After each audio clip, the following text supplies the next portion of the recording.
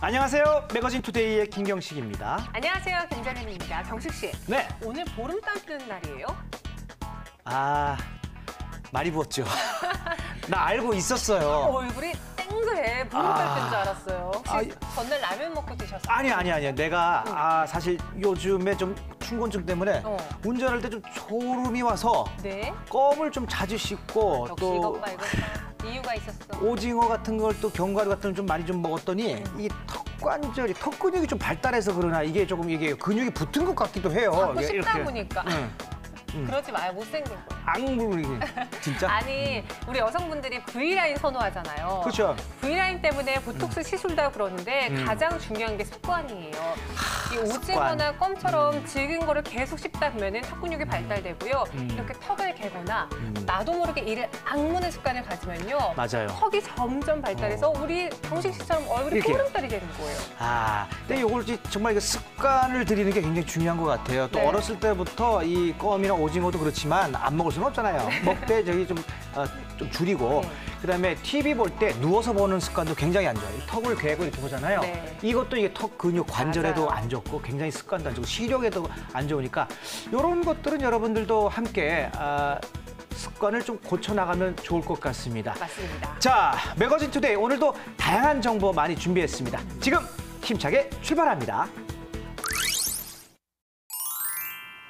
매거진 투데이 오늘은 김진남 리포터가 준비해 오셨습니다. 어서 오세요. 네, 안녕하세요. 김진남입니다. 네, 진남 씨 오늘은 어떤 소식 준비하셨나요? 네, 이번 시간에는요. 요즘 정말 급속도로 늘어나고 있는 1인 가구에 대한 얘기를 좀 들고 왔습니다. 네, 뭐 요즘 혼밥, 혼술, 혼영, 뭐 다들 아시죠? 네. 혼자 밥 먹고, 혼자 술 마시고, 혼자 영화 보고, 네, 이런 것들이 바로 나홀로족인 1인 가구의 특징이라고 볼 수가 있겠죠. 네, 물론 뭐 잘 알고 있습니다. 네. 뭐 TV 프로그램도 뭐 그런 게 많이 나와 있고요. 네. 그리고 요새 젊은 층에서도 유행처럼 번지고 있는데 1인 가구를 지칭하는 말이죠, 그렇죠? 맞습니다. 실제로 제 주변 친구들 보면요. 네. 둘이서 만나서 약속 잡는 거 어렵잖아요. 그렇기 때문에 그냥 혼자 편하게 영화 볼래, 밥 먹을래 하는 친구들이 점점 더 많아지고 있어요. 그래요. 네, 맞습니다. 늘 혼자 먹더라고. 아니, 제 주변에도 그렇게 혼자서 뭔가를 하는 친구들이 많이 늘어나고 있는데요. 아무래도 예전보다도 이제 독립 시기도 좀 빨라졌고, 맞아요. 그리고 결혼 정령이는 또 높아졌잖아요. 네. 자, 그래서인지 일찍 부모님 댁에서 나와서 혼자 사는 경우가 좀 많아지지 않았나 이런 생각이 듭니다. 네, 그런 이유도 있고 거기다가 현재는 지금 뭐 이혼율 또 증가와 또 네. 고령화 사회라는까지 더해져서 아마 뭐 1인 가구 수가 늘어나지 않았나 이렇게 보고 있습니다. 네. 전체 가구의 약 한 3분의 1 정도가 1인 가구라고 하니까 절대 그 적은 숫자가 아닌 거죠. 그렇죠. 그리고 점점 늘어나고 있는 추세라는 네, 건데요. 맞습니다. 혼자 독립적으로 생계를 유지하는 1인 가구는 향후 대세가 될 것으로 보입니다. 네. 이로 인해 전통적인 가족 형태죠. 부부와 자녀, 이러한 4인 가구의 경우에는 4인 가족이죠? 네, 네네. 4인 가족은 점점 줄어들고 있고요. 네. 네, 그렇습니다. 자, 그런데요. 이렇게 1인 가구의 증가는요. 단순한 현상으로 그치는 것이 아니라고 하고요. 우리 사회에 정말 다양한 분야의 변화들을 갖고 오고 있다고 하는데요. 자, 요즘 새롭게 부상하고 있는 1인 가구, 우리 사회에 어떤 변화들을 가져오고 있는지 지금부터 화면으로 만나보시죠. 누군가와 함께 밥을 먹어야 한다는 편견을 깨라. 이제는 혼밥 시대. 혼자서 뭔가를 하는 게 어색하지 않은 요즘입니다. 저 역시 혼자서 식사하는 게 의외로 편하더라고요.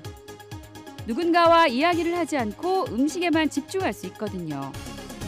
그러면 내가 먹는 식재료의 맛도 잘 느껴지고 어쩐지 소화도 더 잘 되는 것 같아요. 요즘에는요, 이렇게 혼밥, 혼술, 혼영화 이렇게 자유롭게 혼자서 하는 1인 가구가 대세 특징이라고 합니다. 1인 가구가 빠르게 늘어나고 있습니다. 그와 더불어 혼자 생활하는 사람들을 위해 다양한 아이템들이 속속 등장하고 있죠. 대량보다는 소량, 여러 사람보다는 혼자 즐기는 시간을 더 중요시 여기는 1인 가구들을 위한 것들인데요. 이번 시간 매거진 투데이에서 전격 공개합니다. 2000년대 이후 우리나라의 1인 가구 수가 빠른 속도로 늘어나고 있습니다. 1990년 1인 가구 수는 102만 명에 그쳤는데요. 2000년 들어서 226만 가구, 2010년엔 415만 가구, 2015년엔 506만 가구에 달했습니다. 그리고 2020년에는 588만 가구에 이를 것으로 추측됩니다. 1인 가구가 늘어나면서 이들을 겨냥한 아이템들이 속속 등장하고 있습니다. 혼자서 사용하기 좋은 사이즈를 가진 제품들이 출시되는 거죠. 네, 1인 가구는 주택의 변화까지 가지고 있다고 하는데요. 자, 어떤 변화들이 있는 건지 지금부터 확인해 볼게요. 1인 가구가 바꿔놓은 주택의 트렌드를 확인해 보기 위해 용인에 위치한 한 분양관으로 찾아왔습니다. 안녕하세요. 네, 안녕하세요.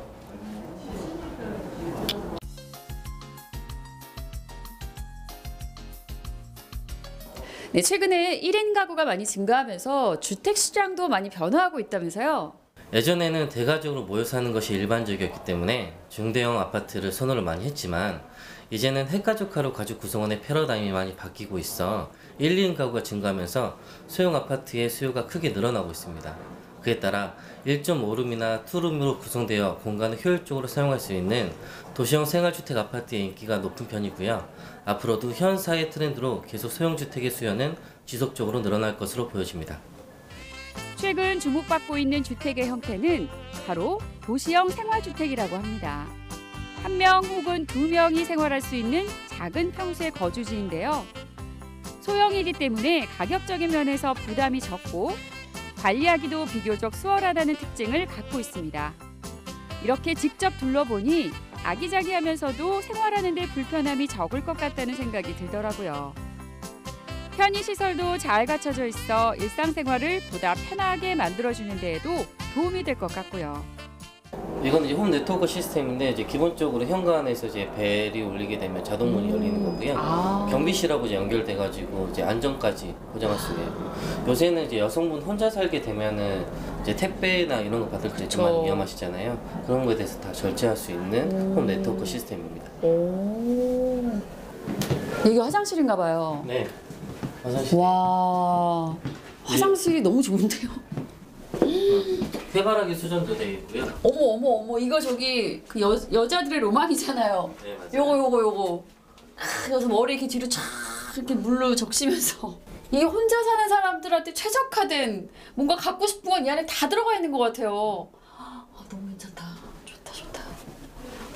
와, 이게 구멍이 뻥뻥뻥뻥 뚫린 거는 네. 제가 이렇게 많이 걸어놓고 이런 걸로 이동도 되고 좋은 걸로 알고 있는데 이게 진짜 실제로 되어 있는 건가요? 네. 이제 기본적인 옵션으로 제공되는 품목이라서 고객님들이 실생활 하면서 가장 뭐 평상시에 필요한 것들, 소소한 것들 그런 것까지 저희가 잘 신경을 써가지고 설계를 했죠. 와, 진짜 사실 이렇게 원룸이나 이렇게 협소한 공간에서는 뭘 어디 걸어두고 이런 게 굉장히 다 공간이 필요한 건데 여기는 진짜 왜 키 같은 거 있잖아, 자동차 키나 네, 뭐 이런 것도 잊어버리고 나갈 때 많거든요. 근데 여기서 딱 해놓고 바로 가져갈 수 있도록 정말 작은 것도 놓치지 않고 굉장히 섬세하게 해놓으신 것 같아요. 이렇게 사소한 것까지 고려한 도시형 생활주택. 1인 가구가 살기 편할 것 같아요. 네, 도시형 생활주택 하면은 1인 가구를 위한 곳이잖아요. 어떻게 설계에는 좀 많이 신경을 쓰셨나요? 예, 맞습니다. 도시형 생활주택은 소형 아파트로서 아파트에서 제공되는 서비스 면적이 똑같이 제공됩니다. 제 아파트의 장점을 최대한 살린 발코니 확장형 설계를 통해 다양한 타입으로 구성하여 선택의 폭을 넓혔고요. 세대당 자주식 주차장으로 거주하시는 분의 편리성을 높였습니다. 이러한 특징을 갖고 있는 도시형 생활주택, 거주자의 편의성을 최대한 고려했다고 볼 수 있는데요. 여기서 한 가지 더 체크해봐야 할 게 있습니다. 바로 위치인데요. 그곳은 천안이라고 합니다. 천안은 충청남도의 동북부에 위치하고 있는 도시죠. 이러한 천안으로 최근 들어 많은 사람들이 모여들고 있습니다. 그러면서 이곳을 주목하는 분들도 늘어나고 있죠. 실제 거주를 목적으로 혹은 재테크의 한 방법으로 생각하면서 꼼꼼하게 둘러보는 경우도 꽤 있는데요. 이분들은 어떻게 평가하고 있을까요? 직접 여쭤볼게요. 상담 받고 계시네요. 안녕하세요, 어머니. 네, 안녕하세요. 네, 지금 상담 받고 계신데요. 네. 오늘 이렇게 둘러보시니까 어떠셨어요? 천안 아산역 근처에 있어서 SRT KTX 이용이 편리한 데다가 모델하우스의 아버님 실내가 너무 예쁘게 만들어졌어요. 네, 긍정적 평가를 받고 있는 도시형 생활주택. 그 현장으로 찾아가 봤습니다. 한창 공사가 진행되고 있는 이러한 도시형 생활주택은 실거주를 목적으로 구매하는 사람들이 많습니다. 또한 투자형 상품으로 접근하는 분들도 있다고 하는데요. 그럴 경우 요즘 들어 부동산 규제가 강화되는 시점인 만큼 전매가 무제한 가능한지, 주택도시보증공사에 보증이 되어 있는지 등등을 꼭 체크해봐야 한다고 하네요. 네, 천안이 굉장히 넓은 지역이잖아요. 자, 그런데 이 천안에서도 어느 지역에 이렇게 도시형 생활주택이 좀 지어지고 있을까요? 서울에 강남이 있다면 천안에 불당이 있죠. 천안시청과 인근의 백화점, 대형마트 등의 풍부한 생활 인프라가 구축되어 있고 KTX와 SRT, 지하철 1호선을 이용할 수 있는 천안 아산역까지 2.4km 거리에 있습니다. 또한 대기업 등 고용 인원만 7만여 명에 달하는 배우 수요와 7개 대학이 인근에 위치하여 교직원과 학생들의 풍부한 잠재 수요가 있지만 지금 신규 건물이 없어서 불당은 수요자들의 끊임없는 문의가 이어지는 곳이며 생활, 문화, 행정, 산업의 중심이라고 말할 수 있습니다. 최근 천안시로 유입되는 인구수가 늘고 있습니다. 작년의 경우 충청권 주요 도시 중 천안으로 유입된 인구수는 1868명으로 1위를 기록했죠. 특히 해가 갈수록 1인 가구와 2인 가구 수가 늘어나고 있는 중입니다. 뿐만 아니라 앞으로 이런 추세는 계속될 것으로 보여져 천안 지역의 도시형 생활주택의 수요가 높아질 것으로 예상됩니다. 네, 도시형 생활주택을 선택할 때 특별히 신경 써야 될 점이 있다면 어떤 게 있을까요? 무엇보다도 교통에 신경을 많이 써야 되죠.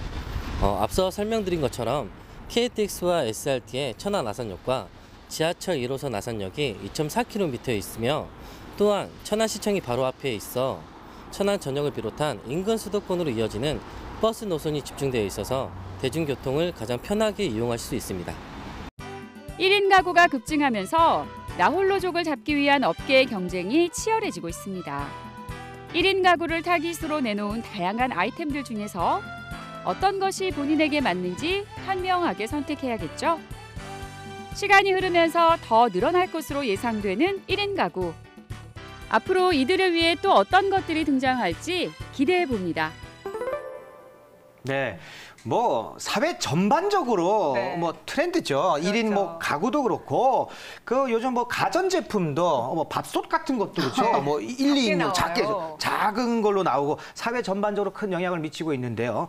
뭐 소비를 주도하는 새로운 고객층으로 떠오르고 있다고 합니다. 네, 정말 잘 보셨는데요. 자, 이렇게 1인 가구의 특징 중에 하나가 요즘 뭐 욜로 얘기 많이 들어보셨죠? 욜로? 자신의 행복을 가장 중요하게 여긴다는 점입니다. 자, 그렇기 때문에 이들이 원하는 그런 새로운 서비스라든지 산업들도 이제 많이 생겨나게 된 거죠. 네. 저는 특히나 식품 시장의 변화가 가장 눈에 띄었는데요. 마트에 가면은 마트에 가면은 어. 이제 바나나도 딱 하나만 팔고요. 그리고 맞아요. 양배추도 반쪽만 팔고 그래, 맞아. 점점 음식이 소용량으로 나오고 있는 거죠. 네. 네. 그 혼자 사는 사람들은 많이 사면은 그게 다 남아서 버리니까 네. 그게 더 현실적으로 절약하는 거가 되겠죠. 네, 맞습니다. 진짜 실질적으로 편의점만 가더라도요. 1인용 음식들을 참 많이 볼 수가 있는데요. 네, 네. 이 한 끼 식사로 정말 충분한 과일이라든지 뭐 샐러드라든지 반찬이라든지 이런 것들이 이렇게 소포장되어 있기 때문에 손이 자주 가더라고요. 네. 그렇죠. 아까 제가 말씀드렸지만 뭐 식품뿐만이 아니라 네. 가전제품, 밥솥도 그렇고 또 1인용 리클라이너 가구, 미니 오븐, 뭐 실용성을 위주로 뭐 공략한 아이템이라고 할 수가 있겠습니다. 네. 네, 자 이러한 나홀로족을 잡기 위한 업계의 경쟁도 굉장히 치열하다고 하는데요. 저도 사실 이번 방송 준비하면서 아니 1인 가구들을 위한 제품들이 이렇게 다양했었나 정말 계속 놀라고 있었는데요. 김진영 자, 씨 위한 거네. 저를 위한 것들이 너무 많더라고요. 그렇죠. 네, 이른바 가심비라 그러죠. 이 가격 대비 심리적인 만족도가 높은 것들이 굉장히 많아서 저처럼 1인 가구들의 마음을 아주 흔들고 있더라고요. 김진남 씨도 그렇지만 우리 네. 정현 씨도 1인 가구겠다. 저는 아직 부모님하고 살고 있어요. 아, 그렇겠구나. 네. 하지만 1인 가구가 곧 될 수 있잖아요. 그렇기 때문에 저도 한번 오늘 즐겁게 이야기 들어보려고 하는데요. 네네. 소비시장의 트렌드까지 바꾸고 있는 1인 가구입니다. 이들이 네. 가지고 있는 변화에 대해서 조금 더 자세하게 이야기 나눠보도록 하죠. 백석규 대표님 나오셨습니다. 네. 안녕하세요. 안녕하세요. 반갑습니다. 자, 요즘 1인 가구 증가로 인해서 다양한 이 시장의 변화가 나타나고 있습니다. 화면을 보니까 말이죠. 네. 주택의 형태까지도 이게 변화가 되고 있습니다. 도시형 생활주택이라고 하나요? 네, 그렇습니다. 이게 이제 2000년대 이후에 결혼 시기가 늦춰지고 네. 네. 이혼율이 증가하고 고령화 사회가 되면서 1인 가구 비중이 급속도로 높아지고 있는 상황입니다.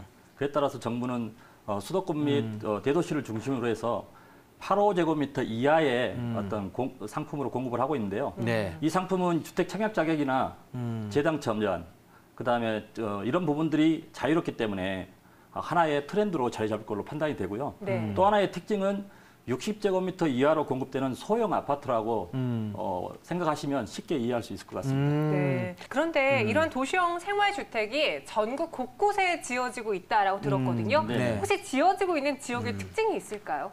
네, 일단은 그 도시형 생활주택은 300세대 미만으로 이제 국민주택 규모로 공급이 되고 있는데요. 네. 주로 도시 지역에 건설되고 있는데 1, 2인 가구의 주거 안정이 목적인 만큼 네. 교통이 일단 편리해야 되고요. 또 생활 인프라가 잘 갖춰져야 되고 유동 인구가 많은 상업지역에 상업지구가 입지의 첫 번째 조건이라고 보시면 될 것 같습니다. 화면을 보니까 이 불당 신도시에도 이거 생활형 도시형 생활주택이 지금 막 계획하고 있습니다. 네. 그죠? 네. 네네. 우선 불당 신도시를 설명하기 전에 네. 이해가 쉽게 선호 지역들 사례를 한번 설명을 해드리겠습니다. KTX하고 SRT 강역철도를 기준으로 남부 쪽으로 보시게 되면 네. 첫 번째로 수원의 강교 신도시가 있고요. 네. 아, 크죠. 그다음에 두 번째는 바로 밑에 하성의 동탄 신도시가 있고 네. 그리고 그 밑에 평택의 고덕 신도시가 있습니다. 네. 그 밑에 천안에 이제 위치한 지역인데요. 말 그대로 이 지역과 유사한 지역이라고 보시면 되고요. 대기업 산하 협력업체라든가 그다음에 이런 부분들이 경제를 활성화를 시키고 있고 그에 따라서 풍부한 임대 수요를 불러오는 지역이고 이미 검증된 지역이라고 보시면 될 것 같습니다. 수요가 많다. 네. 검증된 지역이다. 이런 말씀하셨네요. 네, 그럼 실제로 생활하기 위해서는 얼마나 인프라가 구축이 되어 있느냐 이 부분이 중요한데 인프라 구축. 불당 신도시는 현재 어떤 상황인가요? 일단 분당 신도시의 중심은 이제 KTX하고 SRT, 그다음에 전철까지 3박자가 갖춰져 있고요. 그다음에 천안 주변으로는 이제 천안시청도 있고 종합운동장, 그리고 그 주변에 쇼핑에 필요한 백화점, 마트, 아울렛, 영화관 이런 부분들이 다 가까이 위치해 있기 때문에 상업지역에서 누릴 수 있는 모든 부분들을 중심의 혜택을 다 누릴 수 있다고 보시면 될 것 같습니다. 뭐 거기 뭐 안에 있으면은 뭐 밖으로 멀리까지 차 타고 나갈 필요가 네네, 없을 그렇습니다. 것처럼 이제 혜택이 많으네요. 네네네. 자, 그렇다면 이 도시형 생활주택을 선택할 시에 요것만큼은 꼭 체크해야 된다라는 건 뭐가 있을까요? 일단 요즘 이게 많은 것들이 발전이 되어가고 있는데요. 스마트 시대에 발맞춰서 주로 여성 거주자나 네. 1인 가구, 그다음에 노인들이 주로 거주하기 때문에 안전성에 대한 부분들이 굉장히 부각되고 있고요. 네. 거기에 따라서 수도나 전력, 가스, 통합 금침 단말기도 굉장히 중요할 것 같고요. 그다음에 방문자 확인이 가능한 홈오토메이션이라든지 디지털 도어록, 그다음에 반범용 CCTV, 안전이죠, 안전. 네네, 안전이죠. 이런 스마트홈 네트워크가 구축이 되어 있는지를 좀 살펴보셔야 될 것 같고요. 이제 두 번째로는 중앙의 온도 조절기라든가, 그다음에 대기 전력 스위치, 그다음에 이중 창호나 이런 부분들을 통해서 소음이나 이런 부분들을 절감할 수 있는지를 체크해 보시면 될 것 같고요. 가장 중요한 거는 풀 퍼니드 시스템이 갖춰져 있답니다. 아. 왜 그러냐면 네. 요즘 1, 2인 세대는 가구를 가지고 이동하기에는 굉장히 불편합니다. 그래서 풀 퍼니드 시스템이라 하면 세탁기, 냉장고, 에어컨, 삶에 필요한 모든 것들이 다 갖춰져 있는 걸로. 그런 상품이라고 보시면 될 것 같습니다. 야. 그런 부분들을 꼼꼼히 체크하시면 네. 도움이 많이 될 걸로 보여집니다. 네, 이렇게- 기본적인 가전이 다 채워져 있어야 된다. 그리고 편리하고 보안 안전까지 그렇죠, 갖추고 그렇죠. 왜냐면 내가 살아야 되는 곳이니까 그럼요. 그런 부분을 꼼꼼히 봐야 된다라고 하셨는데 네, 그렇습니다. 그럼 앞으로 도시형 생활주택의 전망은 어떻게 보시나요? 일단 지금 보건복지부의 통계를 보면 우리나라 1인 가구가 지금 현재 2016년 기준으로 약 540만 가구입니다. 이게 2035년이 되면 764만 가구로 증가하고 네. 2045년에는 약 810만 가구로 증가를 하게 되어 있습니다. 엄청나게 증가가 빠르군요. 네. 뭐 이렇게 인구가 증가한다는 거는 그만큼 이제 소형 주택의 수요가 증가한다고 봐야 되겠죠. 네. 네. 그래서 그로 인해서 도시형 생활주택의 어떤 상품은 앞으로 더욱더 주목받을 것으로 보여집니다. 네. 그 뭐 실거주로도 손색이 없지만 뭐 수익형 투자 상품으로도 아주 좋다. 뭐 네. 이런 말씀이신 것 같습니다. 네. 자, 전망이 아주 밝은 편입니다. 자, 그런데 무작정 선택을 해서는 참 안 될 것 같습니다. 도시형 생활주택을 구입할 때 이것만큼은 좀 주의를 해야 한다. 이것만 좀 몇 개 좀 콕콕 집어주시죠. 일단 도시형 생활주택은 실거주도 가능하고 네. 투자도 가능한 상품입니다. 먼저 투자 상품으로서는 일단 가장 뭐니 해도 입지겠죠. 네. 그래서 생활 인프라가 잘 갖춰져야 되고요. 교통이 편리해야 되고 그다음에 1, 2인 가구의 임대 수요가 얼마나 될 수 있는지, 얼마가 있는지를 잘 체크해야 될 것 같습니다. 또한 이제 그 지역의 발전 가능성이 얼마만큼 있는지가 가장 중요한 포인트가 될 것 같습니다. 거기에 이제 투자 목적일 때는 임대사자를 내시게 되면 여러 가지 세제 혜택을 받을 수가 있습니다. 그런 부분도 역시 마찬가지로 포인트로 볼 수 있고요. 주거를 이제 실거주로 입주할 때도 마찬가지로 교통과 생활 인프라는 기본으로 체크돼야 될 것 같고요. 또 공간의 효율성이 얼마나 잘 갖춰져 있는지, 똑같은 면적이어도 공간의 효율성에 따라서 어떤 실용성이 많이 달라지기 때문에 그런 부분하고 또 안전을 위한 시스템이 얼마나 잘 갖춰져 있는지가 가장 중요한 포인트라고 할 수 있겠습니다. 네, 그래 그것만 이제 꼼꼼히 체크를 하면은 이제 안전한 투자가 될 것 같습니다. 자, 오늘 도움 말씀 주신 백석규 대표님 그리고 김진남 리포터 감사드립니다. 네, 고맙습니다. 네, 감사합니다.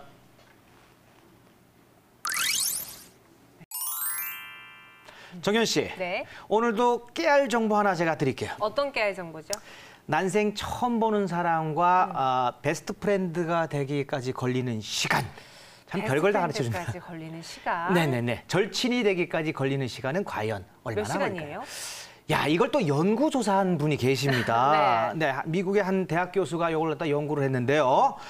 절친이 되기까지 걸리는 시간이 무려 200시간이 걸린다고 합니다. 200시간이요? 네, 200시간.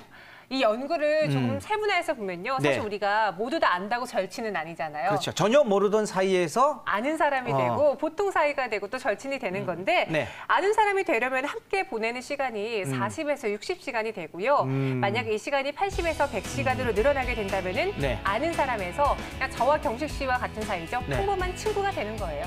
네, 그렇죠. 네. 왼수도 좋습니다. 그거는 쉽다.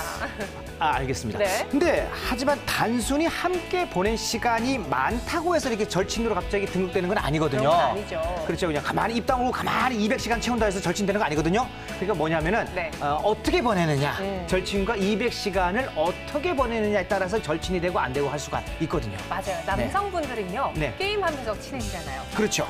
그리고 여성분들은 대화하면서 친해지고 이렇게 서로 소통하는 시간을 많이 가지면 가질수록 오히려 절친이 되는 시간이 더 단축될 수도 있겠죠. 네, 게임을 하는 건 좋은데 이제 내기는 하지 마십시오. 안 됩니다. 내기, 지나친 내기를 하면 또 절친이 아니라 왼수가 됩니다. 네. 자, 시간은 금이라고 하잖아요. 네. 이 금을 이제 쪼개서 나눠 쓰는 절친이 되기까지는 여러분들의 노력이 필요한 것 같습니다. 네. 자, 사회적인 동물 인간에게 꼭 필요한 일이라고 생각이 되네요.